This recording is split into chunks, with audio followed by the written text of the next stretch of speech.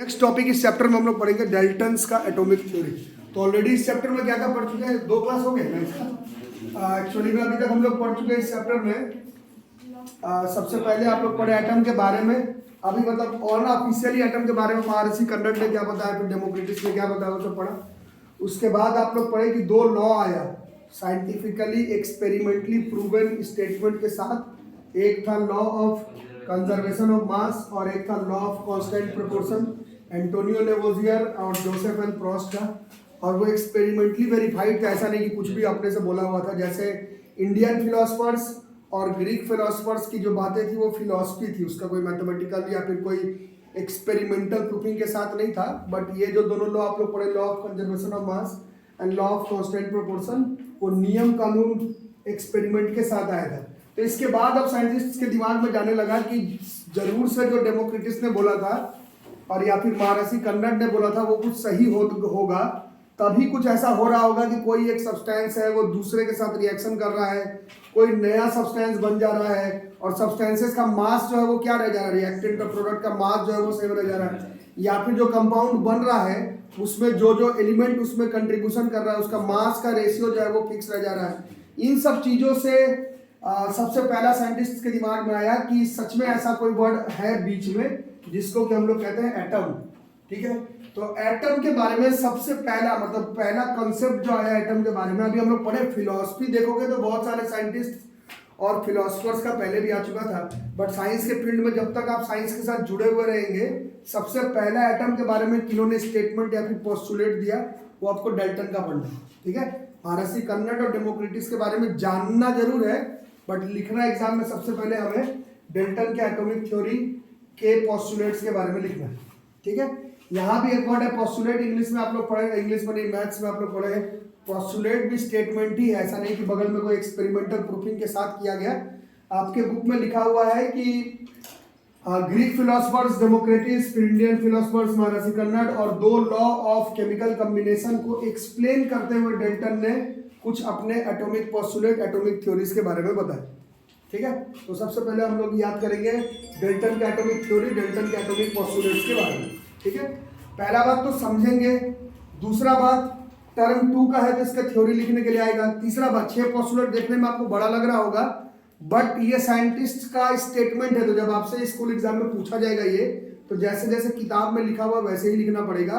आप 100% समझ लो, थोड़ा बहुत अपने लैंग्वेज में लिख सकते हो, बट ये साइंटिस्ट का स्टेटमेंट है पोस्टुलेट, तो स्कूल एग्जाम में जब आएगा तो जैसा है बिल्कुल वैसे ही लिखना पड़ेगा। ठीक है, क्या लिखने की बात बाद में, पहले पढ़ लेते हैं कि क्या क्या दिया हुआ है। तो डाल्टन का एटॉमिक पोस्टुलेट, एटॉमिक थ्योरी, जो पहला कॉन्सेप्ट ये कहता है कि हर मैटर जो है वो बहुत छोटे छोटे टाइनी पार्टिकल से बना हुआ है, जिसको महर्षि कन्नड़ ने परमाणु के फॉर्म में बताया था और डेमोक्रिटस ने बताया था इनडिविजिबल पार्टिकल्स के बारे में। उन्हीं का नाम दिया गया एटम्स। तो पहली बार एटम को जो आज आप जानते हैं एटम, वो सबसे पहले एटम एटलीस्ट बुकिश नॉलेज में सबसे पहले बार डाल्टन का ही बताया हुआ स्टेटमेंट। हर मैटर बहुत छोटे छोटे पार्टिकल से बना हुआ है, उन छोटे छोटे पार्टिकल को हम लोग कहते हैं एटम, और यही एटम जो है वो केमिकल रिएक्शन में टेक पार्ट करता होगा, ऐसा डाल्टन ने बताया। ठीक है, जैसे आपने 2 लॉ पढ़ा, law of conservation of mass, फिर लॉ ऑफ कांस्टेंट प्रोपोर्शन, या फिर टर्म 1 का चैप्टर 2 के लास्ट टॉपिक में था जो ऑफिशियली आपके सिलेबस से काट दिया गया, बट अनऑफिशियली वो केमिस्ट्री में कभी कट नहीं सकता, वो था physical changes and chemical changes. उसमें भी हमने पढ़ा है केमिकल चेंजेस में क्या होता है, बिल्कुल एक नया कंपाउंड का फॉर्मेशन हो जाता है। 2 चीज को रिएक्ट करवाए, उसमें कुछ हुआ, वो कुछ हुआ आप 9th 10th 11th 12th में पढ़ेंगे, उसी को केमिकल रिएक्शंस बोलेंगे। और जो प्रोडक्ट बना उसमें क्या हुआ, 2 चीज मिला, 2 चीज अलग अलग बिल्कुल चीज बन गया। तो इसी का डाल्टन ने स्टेटमेंट दिया कि वो जिस चीज का केमिकल रिएक्शन करवा रहे थे उसका जो सबसे छोटा पार्टिकल होता होगा उसको हम लोग कहते हैं एटम, और वो एटम ही आपस में केमिकल रिएक्शन में टेक पार्ट लेता होगा, ये पोस्टुलेट है। और इसके ही सबसे पहले एटम के बारे में यही पोस्टुलेट है, हर मैटर बहुत छोटे छोटे पार्टिकल से बना हुआ है और इन सब छोटे छोटे पार्टिकल को हम लोग एटम कहते हैं। और डाल्टन का पोस्टुलेट बताता है कि ये एटम ही केमिकल रिएक्शन में टेक पार्ट करता होगा। ठीक है, ये पहला पोस्टुलेट है। दूसरा पोस्टुलेट तो वही है जो डेमोक्रिटस ने बताया था कि यही सबसे छोटा है। सबसे छोटा मतलब अब इसको हम लोग नहीं, इनडिविजिबल का मतलब क्या होगा कि अब सबसे छोटा का मतलब अभी और छोटा नहीं हो पाएगा। अब डिवाइड नहीं हो पाएगा, सबसे छोटा का मतलब तो यही होता है। ठीक है, अब हम लोग law of conservation of mass कल जो पढ़े थे एंटोनियो लेवोइजर का, उसमें पढ़े थे रिएक्टेंट का और प्रोडक्ट का क्या सेम रह जा रहा था, मास सेम रह जा रहा था, बट डेल्टन ने बताया कि एक्चुअली में मास क्या ही सेम रहेगा, लेकिन आपको तो दिख रहा है रिएक्शन में मास सेम रहते हुए। तो यहाँ से उन्होंने बताया कि वो जो मैटर है, मतलब जो कंपाउंड या फिर एलिमेंट है जिसका तुम केमिकल रिएक्शन कर रहे हो, उसका जो सबसे छोटा छोटा पार्टिकल है जिसको क्या बोला जा रहा है, एटम, वही केमिकल रिएक्शन में टेक पार्ट रह जाता है, और वही केमिकल रिएक्शन में टोटल नंबर ऑफ एटम का संख्या जो है वो कंजर्व हो जाता है। समझ आ रही बात है? एंटोनियो लेवोइजर ने बताया मास रिएक्टेंट और प्रोडक्ट का सेम रह जाता है। डेल्टन का थ्योरी कहता है पूरे केमिकल रिएक्शन में एटम को ना तुम खुद से क्रिएट कर सकते हो ना डिस्ट्रॉय कर सकते हो। मास की बात तो ठीक है, बट मास किसका, अभी हम लोग फिजिक्स में पढ़े हैं, मास आखिर होता किसका है? फिजिक्स में जस्ट अभी आप लोग ग्रेविटेशन में पढ़े, मास का डेफिनेशन ही था total quantity of matter present inside a body. वो मास तो खुद मैटर का है, और मैटर का सबसे स्मॉलेस्ट पार्टिकल को डेल्टन बता रहे एटम है। तो डेल्टन के हिसाब से एटम केमिकल रिएक्शन में कंजर्व रह जाएगा, मास तो दिख ही रहा है एक्सपेरिमेंट से कंजर्व रह जाएगा, बट मास किसका भैया? तो मास एटम का। अगर मास कंजर्व रह जा रहा है तो एटम का जो वैल्यू है वो कंजर्व रह जा रहा है, इंडिविजुअल है, इसको और छोटा नहीं कर सकते, इसको ना तुम केमिकल रिएक्शन में अपने से क्रिएट कर सकते हो ना डिस्ट्रॉय कर सकते हो। यही अलग अलग केमिकल रिएक्शन में भाग लेकर के कुछ रिएक्टेंट से प्रोडक्ट बना देता है, ऐसा डेल्टन का दूसरा नंबर का पोस्टुलेट कहता है। चलेगा? तीसरा नंबर देखो, इसके बारे में देखना। अब गिवन एलिमेंट के बारे में हम लोग अभी तक अनऑफिशियली पढ़े नहीं है, बट ऑफिशियली आप 9th क्लास के 7वां-8वां महीना में सबको एलिमेंट के बारे में मालूम है। कोई दो एलिमेंट के बारे में कुछ बताओ, जैसे ये मान लो, कुछ बोलो अपने से, जैसे ये मान लो है सोडियम का एलिमेंट, सोडियम एलिमेंट है, ठीक है, और ये वाला जो है ये मान लो मैग्नीशियम का एलिमेंट है नहीं, ये तो मार्कर है, बट ऐसे एलिमेंट अगर कंसीडर करोगे, वैसे एलिमेंट क्या है नहीं है हम लोग इसी चैप्टर में आगे पढ़ेंगे, बट 9th क्लास से 6वां-7वां महीना में आप ऐसा नहीं बोल सकते कि आपको एलिमेंट क्या होता पता नहीं। ठीक है, ये सोडियम है, ऐसा मान लेते हैं, और ये क्या है, मैग्नीशियम। तो ये सोडियम का एलिमेंट है, और डेल्टन का पहला पोस्टुलेट के हिसाब से किससे बना हुआ है? ये बहुत छोटे एटम्स है। और ये तो तीसरा पोस्टुलेट ये कहता है कि इसके अंदर का जितना छोटा छोटा एटम है वो बिल्कुल आइडेंटिकल होगा सारे केमिकल प्रॉपर्टी में, आपस में एक एक एटम का मास सब का सब बिल्कुल सेम होगा। ये तीसरा पोस्टुलेट कहता है। ये समझ में आया या फिर नहीं आया? तीसरा क्या कह रहा है, atoms of a given element, मतलब एक एलिमेंट को अगर फिक्स कर दो तो इसके अंदर जितना भी एटम है वो सब क्या हो जाएगा, वो आइडेंटिकल, मतलब सेम होगा। किस चीज में? उसका मास, मतलब हर छोटे एटम का मास और हर छोटे एटम का केमिकल प्रॉपर्टी ये सेम होगा, बशर्ते ये सेम एलिमेंट का होना चाहिए। मार्कर से कंफ्यूज मत कर जाना, ये हम लोग टर्म 1 में पढ़े थे। ये मार्कर जो है वो तो मिक्सर है, ये तो कोई एलिमेंट या फिर कंपाउंड थोड़ी है। तो ये बस ऐसे समझाने के लिए, अगर ये सोडियम होता तो इसके अंदर का जितना भी एटम्स है वो बिल्कुल आइडेंटिकल होता, मास में भी और केमिकल प्रॉपर्टीज में भी। ये तीसरा पोस्टुलेट कहता है डेल्टन का।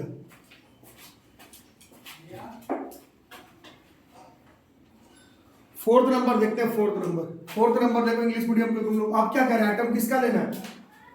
डिफरेंट एलिमेंट का, मतलब अब डिफरेंट एलिमेंट, ये मान लो सोडियम है और ये मान लो मैग्नीशियम है, तो इसके अंदर बहुत सारे एटम है जो कि बिल्कुल आइडेंटिकल है। किस चीज में? मास में और केमिकल प्रॉपर्टी में। ये एक अलग एलिमेंट है, इसके अंदर भी इनफाइनाइट एटम है, वो भी बिल्कुल सिमिलर है। किस चीज में? मास में और केमिकल प्रॉपर्टी। चौथा पोस्टुलेट कहता है कि ये दो अलग अलग एलिमेंट अगर लेते हो तो इसके अंदर का जितना एटम है ये तो आइडेंटिकल है, इसके अंदर का जितना एटम वो आइडेंटिकल है, बट आपस में कंपेयर कर जाए तो सब तरह से वो अनआइडेंटिकल हो जाएगा। यही चौथा पोस्टुलेट कहता है डेल्टन का। इसका एटम जो सोडियम का एटम है और ये मैग्नीशियम का जो सबसे छोटा एटम है, उन दोनों को कंपेयर करोगे तो इसका सब कुछ अलग अलग आएगा। क्या सब कुछ? मतलब 9th क्लास के स्टूडेंट के लिए सब कुछ, मतलब मास और केमिकल प्रॉपर्टी बिल्कुल अलग अलग आएगा। एक एलिमेंट के सारे एटम का मास और केमिकल प्रॉपर्टी सेम आएगा, बट अलग अलग एलिमेंट का एटम को अगर कंपेयर करते हो तो उन एटम्स का मास और केमिकल प्रॉपर्टी बिल्कुल अलग अलग आएगा। ये डेल्टन का चौथा पोस्टुलेट है। चलेगा? समझ में आ रहा है सबको? समझ गए तो अपने लैंग्वेज में लिख सकते हो, बट साइंटिस्ट का स्टेटमेंट है जो ट्राई करोगे कि जैसा किताब में दिया होगा वैसे लिखना होगा, क्योंकि आएगा कंफर्म इसको लिखना। 5वां नंबर कह रहा है, जो कि कल हम लोग पढ़े थे, जोसेफ एल प्रॉस्ट का लॉ ऑफ कांस्टेंट प्रोपोर्शन। क्या कहता है? डेल्टन ने भी बताया कि जब कंपाउंड का फॉर्मेशन होगा, जब केमिकल कंपाउंड का फॉर्मेशन होगा, तो कल हम लोग क्या पढ़े थे कि जो एलिमेंट उस केमिकल कंपाउंड को फॉर्मेशन में भाग ले रहा है उन एलिमेंट के मास का रेशियो हमेशा क्या हो जाएगा, फिक्स हो जाएगा। बट इन्होंने बताया कि मास एलिमेंट का नहीं होता ऐसे में भी, मास जो है वो एक एक एटम का है। तो इनका स्टेटमेंट थोड़ा सा अलग है, एटम कंबाइन करता है इन रेशियो ऑफ। कल हम लोग पढ़े थे सिर्फ सेम रेशियो में आएगा, बट न्यूमेरिकल पढ़े थे तो रेशियो देखे थे किस तरह का आ रहा था, 3:8, 1:8। वो कैसा नंबर है, वो होल नंबर है। कल आप सिर्फ बोले थे कि एलिमेंट जो कंपाउंड का फॉर्मेशन करता है उसका मास जो होता है वो फिक्स रेशियो में होता है। डेल्टन का स्टेटमेंट कह रहा है एटम कंबाइन करता है in ratio of small whole numbers to form chemical compound. अगर आप ठीक से सोचेंगे तो ये जोसेफ एल प्रॉस्ट का जो लॉ ऑफ कांस्टेंट प्रोपोर्शन है उसी के बारे में लिखा हुआ है, बट थोड़ा लैंग्वेज लिखने में अंतर है। ठीक है, समझ में आ गई बात। और छठा पोस्टुलेट थोड़ा ध्यान से, अब इसका इंग्लिश अगर आप लोग समझेंगे वो ये है, कल आप लोग पढ़े थे जैसे वाटर बना, तो आप ये तो याद किए कि उसमें हाइड्रोजन और ऑक्सीजन के मास का रेशियो 1:8 है, ये तो याद हो गया। बट ये भी तो सोचो कि जब भी वाटर बनेगा तो उसमें जो एटम होगा वो हाइड्रोजन और ऑक्सीजन का ही होगा, ऐसा नहीं कि कार्बन और डाइऑक्साइड मिल करके वाटर बना जाए। ये छठा नंबर कह रहा है कि जब भी एक केमिकल कंपाउंड बनाओगे तो उसमें जो number and kind of atoms है वो कांस्टेंट रहेगा। काइंड ऑफ एटम्स मतलब हाइड्रोजन और ऑक्सीजन ही जुड़ करके पानी बनाएंगे। एक ही केमिकल कंपाउंड बनाना है, अलग अलग रिएक्टेंट लेकर के सेम केमिकल कंपाउंड का फॉर्मेशन नहीं हो पाएगा। ठीक है, ये छठा पोस्टुलेट कहता है। ठीक है, छठे छह पोस्टुलेट को एक बार स्पीड में बताओ क्या क्या हुआ। हर मैटर एक बहुत छोटे छोटे टाइनी पार्टिकल्स का बना हुआ रहता है, उसको हम लोग एटम्स कहते हैं, और वो एटम ही केमिकल रिएक्शन में टेक पार्ट लेता होगा, ऐसा डेल्टन का पहला पोस्टुलेट कहता है। दूसरा पोस्टुलेट कहता है कि एटम खुद इनडिविजिबल है, मतलब यही सबसे छोटा है और इसको आप केमिकल रिएक्शन में क्रिएट या फिर डिस्ट्रॉय नहीं कर सकते। ये वाला जो लॉ है दूसरा, मतलब ये जो दूसरा पोस्टुलेट है ये मिलता जुलता है law of conservation of mass से। ये क्वेश्चन पूछा हुआ किताब में, पूछा जाता है वैसे। ये law of conservation of mass से मिलता जुलता लॉ इनका पोस्टुलेट है ना। फिर तीसरा कहता है atoms of a given element are identical in mass and chemical property. चौथा atoms of different element have different masses and chemical properties. पांचवा कहता है atom combine in ratio of small whole numbers to form chemical compound. और छठा कहता है relative number and kinds of atoms are constant in a given chemical compound. ये 6 postulate है। समझ गए तो अपने लैंग्वेज में भी लिख सकते हो, बट एग्जाम में जैसे बुक में दिया हुआ वैसे लिखना पड़ेगा। ये 6 पोस्टुलेट है डेल्टन का।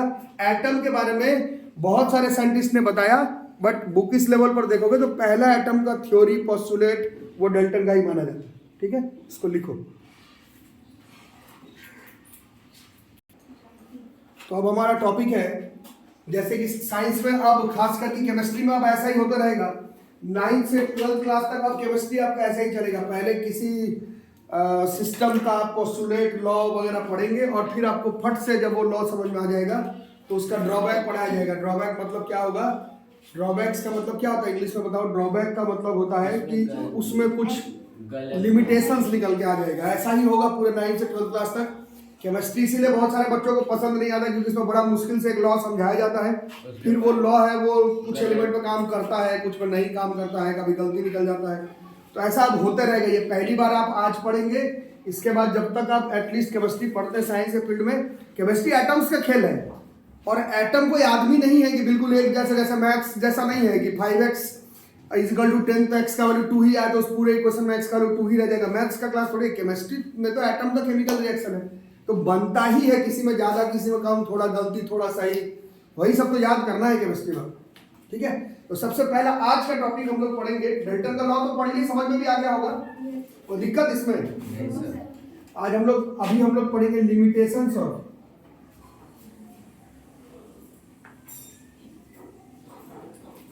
Dalton's atomic postulate.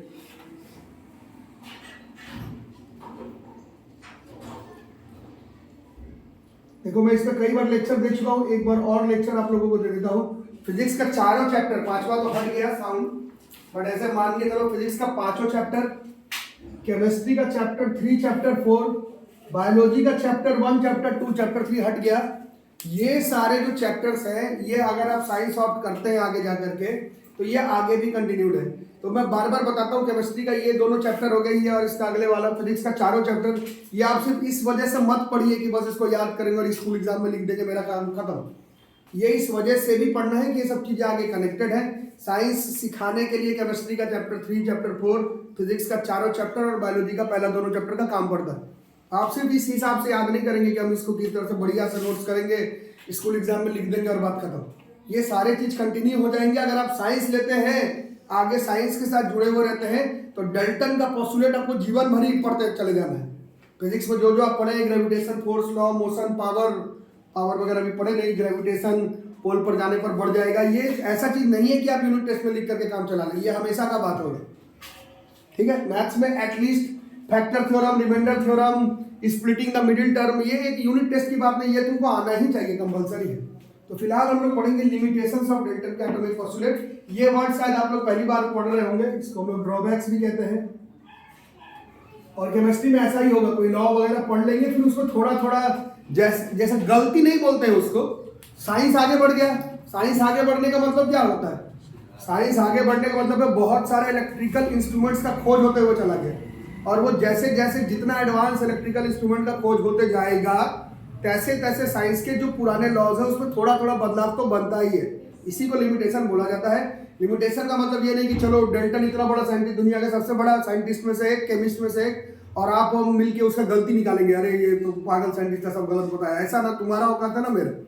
लिमिटेशंस का मतलब ये होता है कि इलेक्ट्रिकल इंस्ट्रूमेंट्स नया नया खोज हुआ, तो साइंस भी थोड़ा थोड़ा थोड़ा करके कम से कम एटॉमिक लेवल पर उसमें बदलाव तो बनता ही है।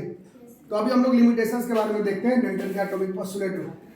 तो लिमिटेशन डाल्टन के एटॉमिक पोस्टुलेट में देखने के लिए आपको थोड़ा सा, अगर पीरियोडिक टेबल आपके सामने है, सब बोर्ड पर उधर देख सकते हो, या फिर जो लोग ऑनलाइन देख रहे हैं अपना अपना पीरियोडिक टेबल आपके पास होगा तो पीरियोडिक टेबल में देखोगे, और नहीं तो बोर्ड पर से देखो। वैसे कॉन्सेप्ट है एटॉमिक नंबर और एटॉमिक मास का, जो कि ऑफिशियली आप लोग अभी पढ़े नहीं है, इसी चैप्टर में है, प्लस चैप्टर 4 में भी है। बट वही बात है, क्लास 9th में आप सीधा मना नहीं कर सकते कि हमको कुछ नहीं आता है ना, थोड़ा सा तो आपको जरूर आता होगा। उसी में आप देखेंगे एटॉमिक नंबर 18 के बारे में, देखो वहां पर दिख रहा होगा पीरियोडिक टेबल में।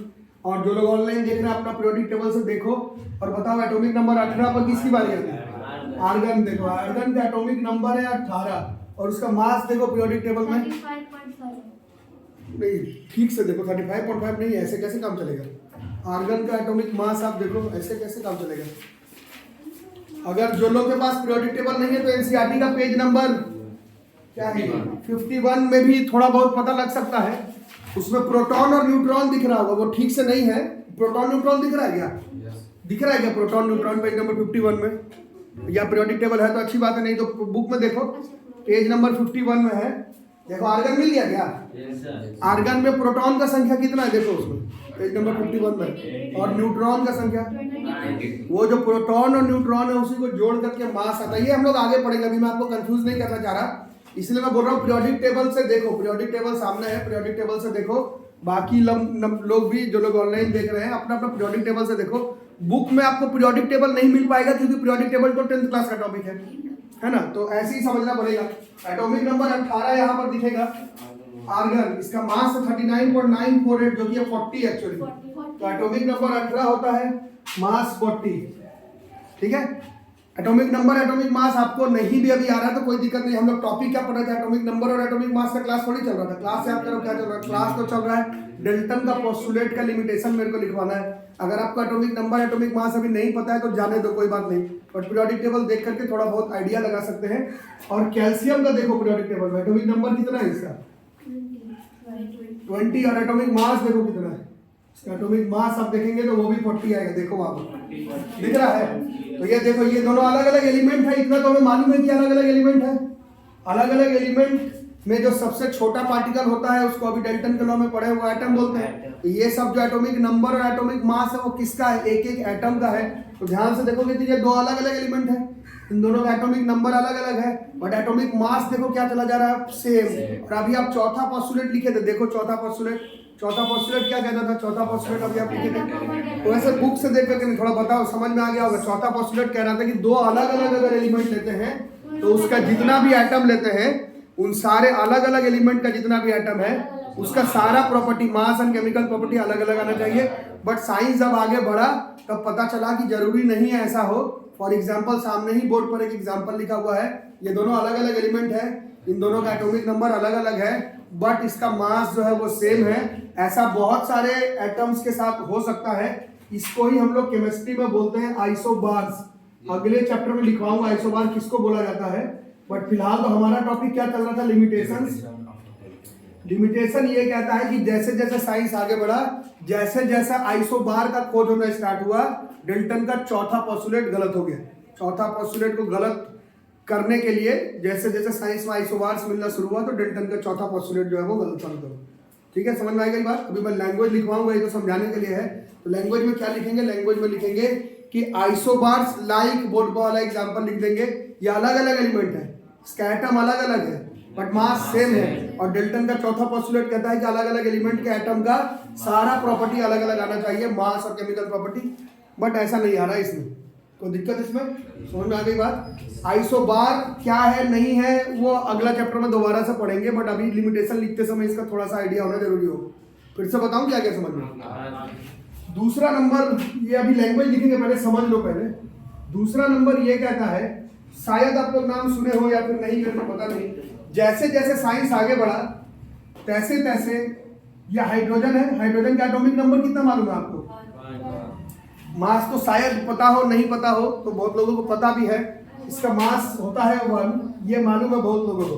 ठीक है, बट जैसे जैसे साइंस आगे बढ़ना शुरू हुआ तो पता चला कि हाइड्रोजन का ऐसा एटम भी मिलता है जिसका एटॉमिक नंबर 1 है बट मास का वैल्यू 2 है। ऐसा एटम भी मिलता है जिसका एटॉमिक नंबर तो 1 है बट मास का वैल्यू 3 है। आ रहा है समझ में? बहुत सारे एलिमेंट के साथ मिला, क्लोरीन का मिला जो कि सबसे फेमस में से है, एटॉमिक नंबर 17, मास 35, एटॉमिक नंबर 17, मास 37, ऐसा मिला। ठीक है, समझ आ रहा है? कार्बन का मिला एटॉमिक नंबर 6, मास 12, एटॉमिक नंबर 6, मास 14, ऐसा एटम्स मिलना शुरू होने लगा। जब समझ में आ रही बात? जब साइंस आगे बढ़ा तो ऐसे एटम्स मिलने लगे जिनका, बोलो, एटॉमिक नंबर तो सेम है बट मास अलग अलग है। इसका क्या मतलब हुआ? ये एक ही एलिमेंट का एटम है बट मास अलग अलग है। तो ये डाल्टन का तीसरा पोस्टुलेट को गलत साबित करता है। डाल्टन का तीसरा पोस्टुलेट कह रहा था कि एक एलिमेंट के अंदर जितना भी एटम है वो बिल्कुल आइडेंटिकल होगा, मास में भी और केमिकल प्रॉपर्टीज में भी। तो ऐसा नहीं कि गलती था, जिस समय डाल्टन ये लॉ बताए थे उस समय आइसोटोप्स का खोज नहीं किया गया था, बट जैसे जैसे साइंस आगे बढ़ा, साइंस में हमें लगभग तकरीबन हर एलिमेंट का आइसोटोप्स मिलने लगा। अभी what is isotope, what is isobar नहीं लिखवाऊंगा क्योंकि वो अगले चैप्टर में ऑफिशियल टॉपिक है, चैप्टर 4 में। अभी बस जानना है क्योंकि अभी मेरे को ड्रॉबैक तो लिखना ही है ना। ड्रॉबैक लिखते समय हमें इस कॉन्सेप्ट का इस्तेमाल पड़ेगा। क्या समझे इसका मतलब? जल्दी जल्दी बोलो। जैसे जैसे साइंस आगे बढ़ा, आइसोटोप्स का खोज जैसे जैसे हुआ, तब डाल्टन का तीसरा पोस्टुलेट गलत हो गया क्योंकि आइसोटोप्स एक ही एलिमेंट का ऐसा आइसोटोप है जिसका एटॉमिक नंबर तो सेम है, मतलब वो एक ही एलिमेंट है बट मास अलग अलग है। जबकि तीसरा पोस्टुलेट कहता है डाल्टन का कि अगर एक एलिमेंट के अंदर जितना भी एटम है उसका मास और केमिकल प्रॉपर्टी आइडेंटिकल होना चाहिए, जो कि नहीं होता है। बहुत सारे एलिमेंट का बहुत सारा आइसोटोप अब हमारे सामने है। ये तीनों तो as a 9th class student हमें याद करना है। ठीक है, बाकी जैसे जैसे हम लोग सीनियर क्लास में जाएंगे तो हमें पता चलेगा कि जितना भी एलिमेंट हमारे पास है सभी का तकरीबन ढेर सारा आइसोटोप मिलता है धरती पर। But as a 9th class student ये तीनों आइसोटोप तो हमें हमेशा के लिए अब से याद रखना है। तो दिक्कत इसमें? ठीक है, इन सबका लैंग्वेज अभी मैं लिखवाऊंगा, बट आइसोबार की मदद से चौथा पोस्टुलेट गलत हो जाएगा, आइसोटोप की मदद से तीसरा पोस्टुलेट गलत हो जाएगा। चलेगा? और एक और कॉन्सेप्ट हम लोग पढ़ेंगे, ये भी अभी तक आप लोग ऑफिशियली नहीं पढ़े, ये चैप्टर 4 में पढ़ना है। चैप्टर का नाम ही है चैप्टर 4, स्ट्रक्चर ऑफ एटम, वहां पर पढ़ेंगे। बट इसमें भी मेरा वही कॉन्सेप्ट है कि आप 9th क्लास में है, 6वां-7वां महीना में, आप हर चीज में डायरेक्ट मना नहीं कर सकते कि हम ये सब चीज हमको पता ही नहीं है। ऐसे बोलोगे तो कैसे कोई लिखवाएगा आपको, है ना? तो कुछ आपको आइडिया जरूर होगा कि ये अगर एटम है तो चैप्टर 4 में पढ़ेंगे, बट कुछ कुछ आपको मालूम होगा कि एटम के अंदर होता है न्यूक्लियस, और एटम के अंदर, न्यूक्लियस के अंदर होता है प्रोटॉन्स।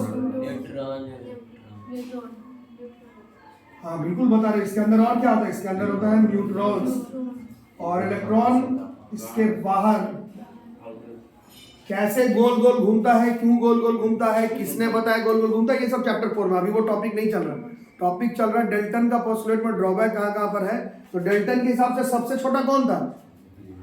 एटम। बट आज हमें पता है कि एटम के अंदर भी सब atomic particle like electron, proton, neutron मिलता है। तो एटम के अंदर मिलता है तो एटम सबसे छोटा हुआ कि ये सब सबसे छोटा हो गया? जब ये एटम के अंदर मिलता है तो सबसे छोटा कौन हुआ?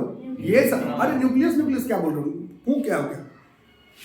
कुछ भी एक ही चीज बार बार कुछ उल्टा सीधा याद करते रहो, वही एक ही आंसर हो। टीचर कुछ और पैरेलैक्स मेथड चलने लग रहा, मैं कुछ और पढ़ रहा हूँ, आप अपना दुनिया में कुछ और आंसर हो, अगर अलग डायमेंशन में हो, कोई दूसरा मल्टीवर्स में, वहां पर कोई टीचर लगता है कुछ और पढ़ा रहा है, वहां से रिलेटेड आंसर बता रहा हूँ, मेरा आंसर और दोनों मैच कर रहा हूँ।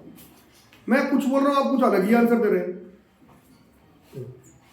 तो सबसे छोटा डेल्टन के लॉ के हिसाब से सबसे छोटा कौन है? डेल्टन का पोस्टुलेट पहला नंबर और दूसरा नंबर दोनों ही का गलत साबित हो रहा है। पहला नंबर भी कह रहा था मैटर सबसे टाइनी पार्टिकल का बना हुआ होता है जिसको कि एटम कहते हैं। एक्चुअली में ये गलत नहीं हुआ, क्योंकि एटम के आगे और भी लिखा हुआ था उसमें, they take part in chemical reaction लिखवाया गया ना, तो वो बात सही है आज के डेट में, एटम ही टेक पार्ट करता है केमिकल रिएक्शन, इसमें कोई गड़बड़ी नहीं है।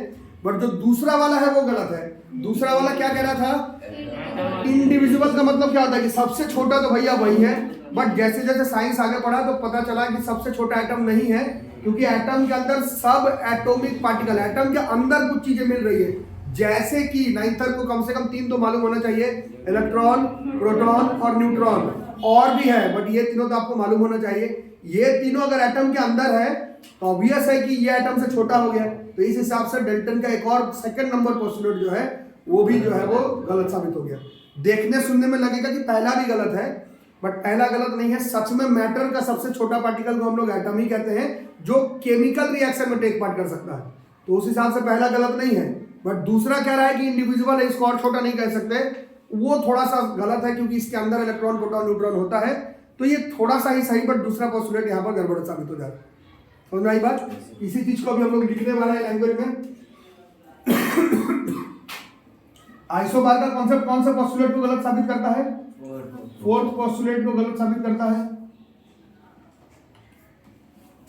आइसोटोप का कॉन्सेप्ट कौन सा पोस्टुलेट को गलत साबित करता है?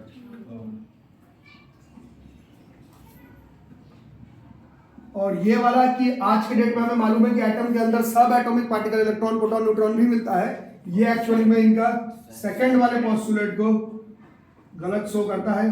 बाकी जो लोग पढ़ने में अच्छे हैं, इन सब के बारे में आपको दोबारा से पढ़ाया जाएगा शुरू से। अभी आइसोटोप, आइसोबार का क्लास थोड़ी चल रहा है, वो तो मिलेगा ना चैप्टर 4 में।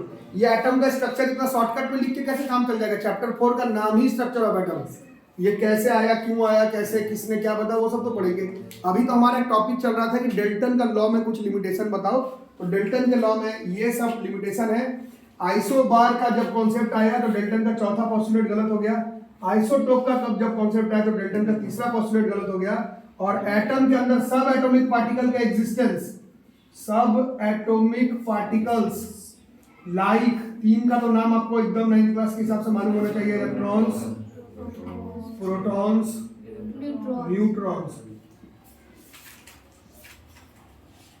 इनका जैसे ही मौजूदगी पता चला, सब atomic particles like electron, proton, neutrons,